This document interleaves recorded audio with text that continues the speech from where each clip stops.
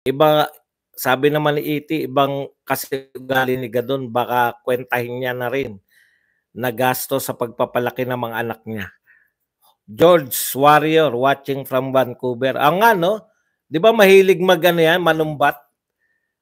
May binigyan ng kotse yan na dating cabinet official na miyembro daw na maisog. Binigay mo pala tapos sinusumbat mo. Yan po ang pinakamasakit, no? Sa lahat.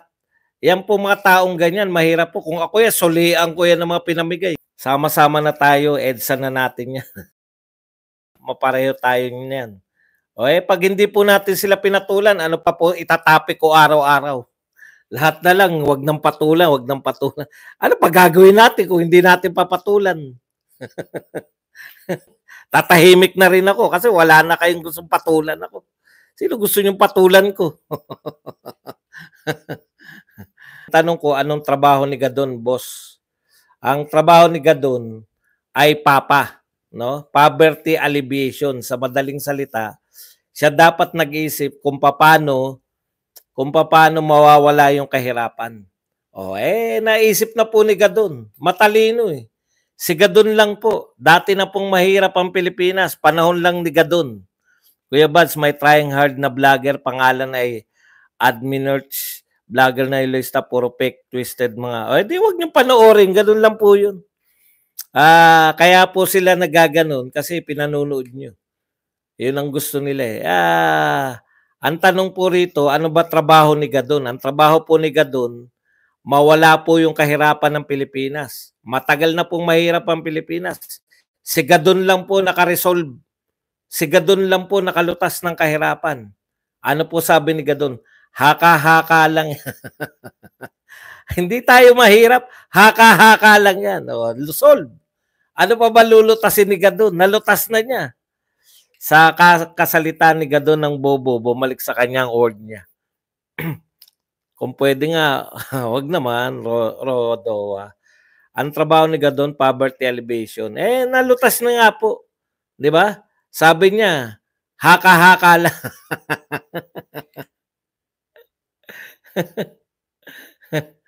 Manga University si Leni Robredo. Next tayo. Alam mo, Hilaurio, wala na po pumapatol kay Leni Robredo. Kayo na lang. Mga remnants na lang kayo. Wala na po. Yung media po, kahit na anong gawin ni Leni ngayon, tapos na po yung panahon ng pagbabandera niya sa media. Sa totoo lang. No, hindi na po siya pinapatulan ngayon ng media. Kaya, kayo na lang siguro, yung mga dilawan na lang. Yun, first time kayo magkakilala tapos mag-alok agad ng pulburon para mahirap ata mangyari nun. Parang mahirap din maniwala ganun. At ito, maganda po itong punto ni no? Actually, marami na akong napakinggan na ganyan, Hat G. Enriquez. Okay, ganito yan, Hat G. Hank G. Ganito yan, papaliwanag ko lang sa iyo kung bakit pwede kang alokin. Pumunta ka sa inuman, hindi ka aalokin ng beer. Halimbawa, alam mo, birthday party. Tapos umupo ka ron, doon sa nagiinuman mismo, naroon ka. Hindi ka ba, sa tingin mo, hindi ka aalokin? Kahit first time ka nakita. Pumunta ka ron sa nagiinuman. Pare, chat mo, kumpare ko to si Paring Badong. Pare, si ano nga pala. Ngayon lang kayo nagkakilala. Hindi ka ba aalokin ng beer? O kung ano man yung iniinom nila, kung emperador man, hindi ka tatagayan sa tingin mo? Isip-isip din. Di ba? Hindi naman sila nagkita sa concert eh. Nanonood kayo ng concert, bigla ka alokin. Gusto mo ba magdroga tayo? Nagkita sila sa bahay na yun po yung pakay ng mga tao ron. Kung nakikinig kayo sa kwento, ang problema ibang kwento yung pinakikinggan nyo eh. Ang pinakikinggan yung kwento, yung mga imposible. Natural, alokin ka dahil nagpunta ka ron na yun yung session yun eh. Session po yun. Yung pong, kumbaga, inuman session yun, aalokin kang uminom. Nagpunta ka ron eh. Ipinagpapalagay na iinom ka rin. Nakuha mo? Tama si Shire, dumaan ka lang nga, tatagayan ka eh. Yun pang dinayo mo, yung pumunta ka ron sa lugar na yun ang gagawin nyo. Kaya dapat titignan nyo rin yung ano, kasi madali kayong papaniwalain eh. Enriquez, no? Mahirap lang banggitin yung pangalan mo, mahirap banggitin yung pangalan mo, pero madali kang paniwalain. Pinaniwalaan mo kagad yung mga ganung estilo. Hindi totoo yun. No? Pumunta ka sa beer house.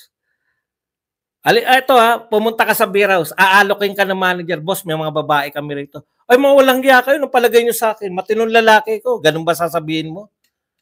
Pumunta ka sa beer house eh. Ano ba gagawin mo ron?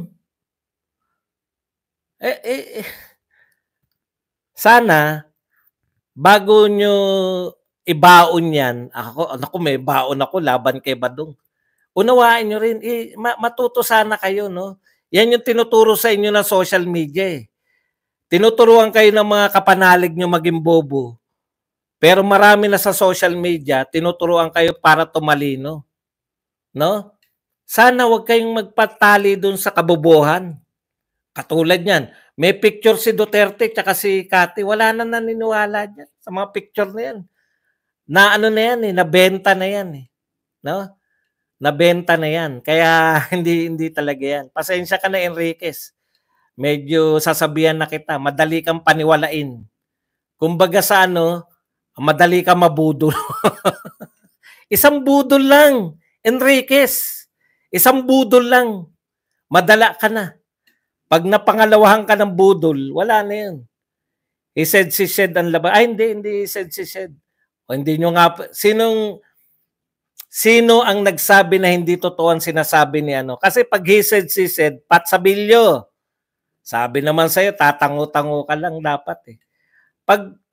Pero maganda yung punto ni Pat Sabilio. He said, she said daw.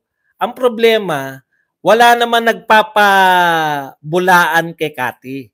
Hindi niya naman sinasabi na, hindi niya karelasyon si ganun. Hindi totoo na naimbitahan niya si Cathy sa ganun. Walang nagsasabi na hindi totoo yung sinasabi. Pwede mo lang sabihin na he said, she said. Kung meron naman nagsabi na hindi yan totoo yung sinasabi ni Cathy kasi naroon ako eh. Wala naman siya ron. Hindi totoo yung sinasabi ni Cathy kasi hindi niya naman karelasyon yan eh. Kasi kilala ko tong tao na to. Araw-araw, ako sekretary niyan. Hindi ko nakikita. Mga ganun ba? Okay? The best person to expose PBBM's drug use will be Attorney Vic. He could attest to PBBM's drug test results. Malabo siguro, no? Kasi hindi naman nila siguro ka-jamming si Vic. Alam niyo po yung mga tao, siyempre meron po yang mga katropa na ito, tropa namin to ng mga pulburon. Ito naman yung yung mga tauhan ko sa politika ko. Magkaiba po yun eh. Pwede naman po talaga yun. Hindi po lahat ng porket kasama mo sa politika, kasama mo rin sa pulburonan. Hindi po. Magkaiba po yun. Character assassination yung ginawa. Di nila pinabulanan yung sabi ni Cathy. Correct. Kaya walang he said, she said doon. Alam nyo naman, advance mag-isip si Pat Sabilio. Pagpasensyahan nyo na. Talo na nga siya ni Edna. Edna, nasan ka na? Gusto ko yung mga punto mo eh. Boss, mahirap paliwanagan pag gamunggulang utak. Correct. Sino nagsabi nun? Gusto nila discredit si Cathy by telling her she's a whore. Opportunistic woman, walang masama doon. May itsura siya, bakit siya papatol sa dugyot? Aray, sakit. My God, I'm sure pinangakuan ni Tony ng langit at lupa bago pumatol. Are you sure? Hindi, may mga tao kasing nabibighani. Ito tapatin ko na kayo, may mga tao na nabibighani sa power. May mga babae na nabibighani sa money. Marami, siguro mga 80% nabibighani yan lalo na yung mga bata.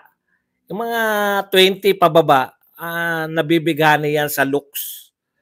Ako, ang wala lang sa akin, money. Powerful din. Very powerful din. May looks din ako. Masama nga lang. Kasama ako doon eh. Alam mo kaya hindi niyo sasabihin na yung habol lang pera-pera. Hindi ako naniniwala doon. Yung habol lang pera-pera. Meron talagang di dapat walang pumatol sa katulad ko kung pera-pera lang, 'di ba? Hindi ako naniniwala doon. Ganun din kasi mga lalaki. Mga lalaki lalo na, 'di ba?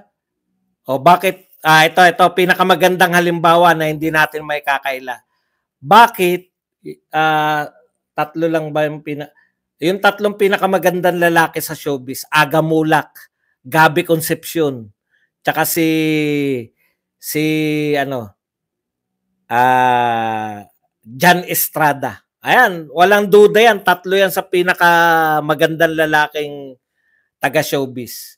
Bakit naging karelasyon sila ni Janice de Belen?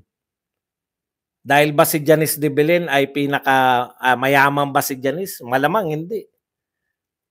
'Di ba? So hindi totoo na yung mga tao nabibighani lang nabibighani lang sa pera. Pagka usapin ng halimbawa hindi kayo parang lugi tong mga 'to.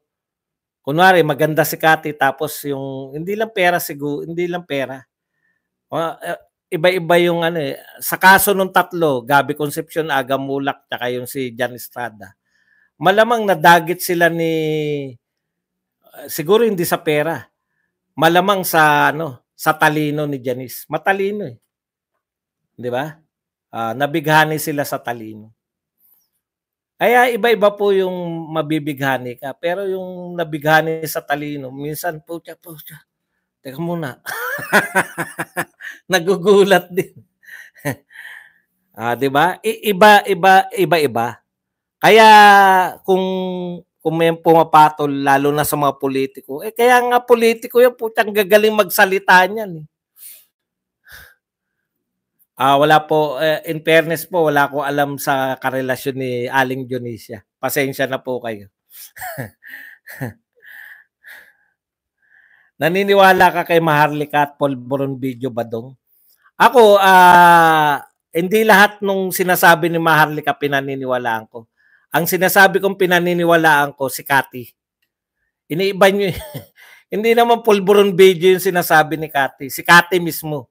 Karelasyon siya nung kaibigan ni BBM. Iba yung vibes nito ni Cathy. Yung ba gusto mong sabihin, yung video? Hindi ko nga pinature dito yung video na yan. Kasi hindi ako sigurado dun eh. Alam nyo, hindi ako nagtatalakay ng hindi ako sigurado. Ganun lang po kasimple yun. Yang tawa mo, Boss Bats, ang kinaasaran ng mga anti-Duterte, vlogger at hater. Tuwing bumabanat ka sila, imbis na mapikon ka, tinatawanan mo lang sila. Nakakatawa kasi sila eh. Paano hindi ka matatawa dyan sa mga yan? Babanatan ka. Meron time na ang source ng information nila si Nino Barsaga. Hindi ka ba matatawa kung ang source ng information nila si Nino? Masasabi ba nating bobong vlogger si Maharlika? Hindi. In fact, napakatalino niya. Si Banat Bay, si Maharlika, matatalinong vlogger yan. Si TP. The fact na nakapag-maintain ka sa lahat ng panahon, na maintain mo yung views mo, na matataas, hindi po simple mga views nila eh. Si Banat Bay, si Maharlika, at si TP. Hindi po sila mga views na 1,000 lang katulad ng kay Badong. Paminsan-minsan tumataas, depende pag maganda topic. Hindi sila ganun. Kaya nila mag-create ng topic sa kanila. Kaya labas po sa mga sinasabi, kaya po nilang kaya po nila yung anong tawag doon? Kaya nilang makasurvive sa lahat ng panahon. Alam niyo yun? Kaya iibahin nyo. Maaaring hindi ka sumasang-ayon sa mga point of view nila, pero yung pagiging vlogger nila, never mo mako-question. Ibang uri yung naabot nila Banat Bay, nila Maharlika, ni TP. Kahit hindi ka politically, kahit hindi kayo magkakapareho, iba po sila eh. Hindi ko kayang gawin yun. Yung naabot nila sa social media, never kong magagawa yun. Never kong magagawa yun. O, ma-recognize mo kasi talaga naman eh. Totoo po yun eh. Di ba? Yun siguro yung ano, yun siguro yung advantage ko. Kaya kong tumingin ng mga tao beyond. Alam ko ito sinasabi nitong mga to, ito, tignan nyo, si Jared tsaka si Abe, kung titignan mo, lagi mong binabanatan dahil mahina kokote. Mahina mahina sila magpaliwanag sa mga issues. Pero ang mahusay sila, yung kakayahan nila na makapag-maintain ng matataas na views. Ibang uri po 'yun. Hindi lang dahil sila ay kampi sa Marcos, hindi po 'yun. Dami-daming Marcos eh. Hindi naman kayang i-sustain, 'di ba? Sila may kakayahan sila na sustain yung matataas na views eh. Kaya ibang uri po 'yun. Kumbaga hindi po 'yan na chinatsambahan. Talagang pinaplano mo 'yan sa sarili mo lang, no? Ganun po 'yan. Kaya incomparable po sila. Pero hindi, that doesn't mean na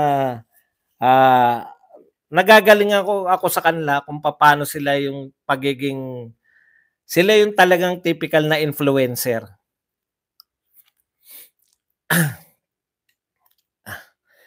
Okay, siguraduhin lang ng bash maganda sila kay Kati kasi kwarta, kawawa lang. Yan yung sinasabi na X factor para sa artista. Correct. Tulfo, 'di ba? Hindi alam mo na mahina siya pagdating sa pamumuli. Hindi siya mahina sa politika. Mahina siya sa hindi rin eh. Ibig sabihin, hindi nila maabot yung status nila. Willie Rebellion eh. May iba silang galing. Kaya ba nilang kumain ng mic? Dahil sa passionate sila? Tingin ko hindi. Iba naman yung passion eh. Ako, masasabi ko, wala na mas pa-passion sa akin. Di ba? Kasi talagang pag-passion, pero hindi sapat yun. Hindi ko sila maabot. Kaya yun yung problema ng mga vlogger na iba eh. Hindi sila marunong lumibel. Feeling nila dapat mga kalibel ko, dapat kalibel ko si Badong. Kaya napo-prostrate sila. 'Di ba? Ako tama na yung ako pinakamagaling na vlogger. Okay na sa akin.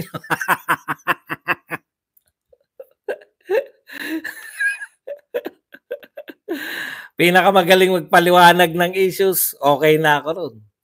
Iba naman yung pinakamatatalino. Siyempre, mga abogado, talo ka kagad yan. Pero, abogado, magagaling sila pero hindi naman mahirap unawain eh.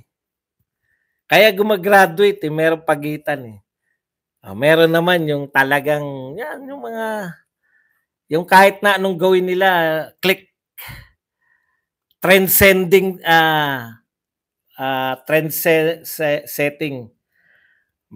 sila yung trendsetter na mga pagbablog. Ako, hindi ako influencer eh. Wala pang katulad ko na gumagaya sa estilo ko. Wala eh. Pero sa estilo ni Banat Bay, di ba? Miski nga kinakalaban si Banat Bay, tignan nyo kung ano yung estilo nila. Banat Bay yan eh. May tumutugtog. Sasalita. Tutugtog. Sasalita. Magpapakita ng video. Naka-create na siya ng trend eh. Ganito yung mga vlogger dapat. Miski kumakalaban kay Banat Bay, hindi nila alam. Banat Bay style. Yung ginagawa nyo, banat kayo ng banat kay Banat Bay. Banat kay Banat Bay galing yun. Tugtugan, sayaw-sayaw. Di ba? Ganun lang yun. Ako ba, meron na nakita kayo na ginagawa katulad ko? Wala. hindi ako nagte-trend eh. Hindi ako. Si Maharlika. Ang dami nang gumagaya kay Maharlika. Meron na rin silang mga kung ano-anong source.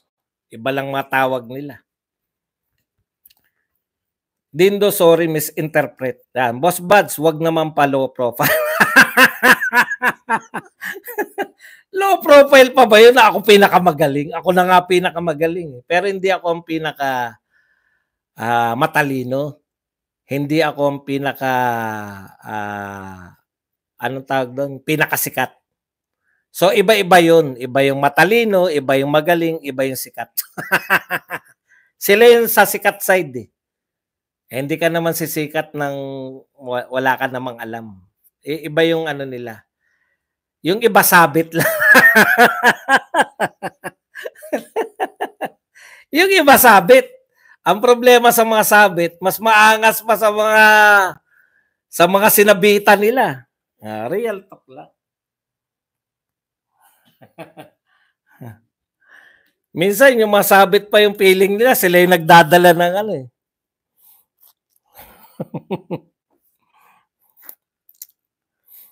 Hindi mo talaga sila maabot, Buds.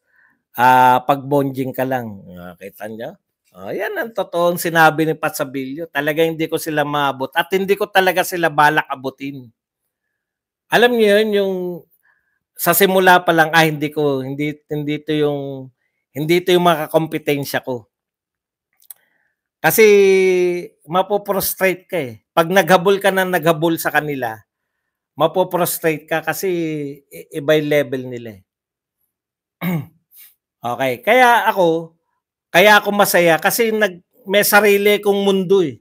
Ito yung tinataha ko, yung mundo ko, ako pa lang. Ako pa lang yung nakaka-appreciate nung mundong tinataha ko. Di ba? Ako pa lang yan eh. Wala pa yan eh. Wala pang sumusunod. Wala pa akong follower eh. May mga nagsabi na idol ka namin. Utot nyo. Idol nyo ako eh. Hindi ko nga nakikita na ginagawa nyo yung ginagawa ko. Hindi yun. Di po sikat si Badong kasi di pa ako sikat laos. Ayoko malaos kaya ayoko sumikat. Boss, sininyo kaya influencer din ba? Oo, ang dami niya na influensyan eh. Di ba siya yung kinukuhan source? Nayabangan mi kay ba? Eto, tignan nyo maraming gumagamit sa video ko. Hindi nga nila may pagmalaki na ako yun eh. Pero pag ginamit nila si Maharlika, talaga ang laki. Maharlika! Di ba? Maharlika, yun yung pamagat. O Banat Bay, O kasi, attraction yung pangalan ni Maharlika, attraction yung pangalan ni Banat Bay. Pero si Badong, ginagamit na yung boses ko, ni hindi mailagay yung pangalan ko kasi, bakit? Sino yung Badong na yan? Ganun yun eh. Talagang malayo ako sa kanila pagdating sa kasikatan. Pwedeng gamitin ng mga tao yung mga ideya ko. Ito hindi sabihin nyo pa-humble, hindi po. Mayabang din ako. Ginagamit nila yung mga ideya ko, pero hindi nila magamit yung pangalan ko. Kasi walang dagdag eh. Walang dating. Ayon kay Badong, walang ganun. Pero ayon kay Banat Bay, ayon kay Maharlika, ayon kay TP. Ganun yung pangalan pa lang balita na. Wala, hindi ako makakarating sa ganun kasi may iba akong mundo eh. Boss, nayabangan mi kay Banat Bay, kayo naman po ay neutral. Hindi po ako neutral, never ako naging neutral. Duterte po tayo. Wag naman ganyan, Boss Badong. Ngayon po humihingi ako ng pahintulot nyo na magamit ang video mo at name nyo. Pwede naman nilalagyan kahit Badong Gatong, wala talaga. Wala. Iniiba pa nga yung boses para lang maano na kanila eh. Minsan nga ang tawag pa sa kanila yung gumamit eh. Halimbawa ang ano mo, akala nila yun ako eh. Kasi gamit ng gamit, akala nila si Badong yung tao na yun. Yun eh.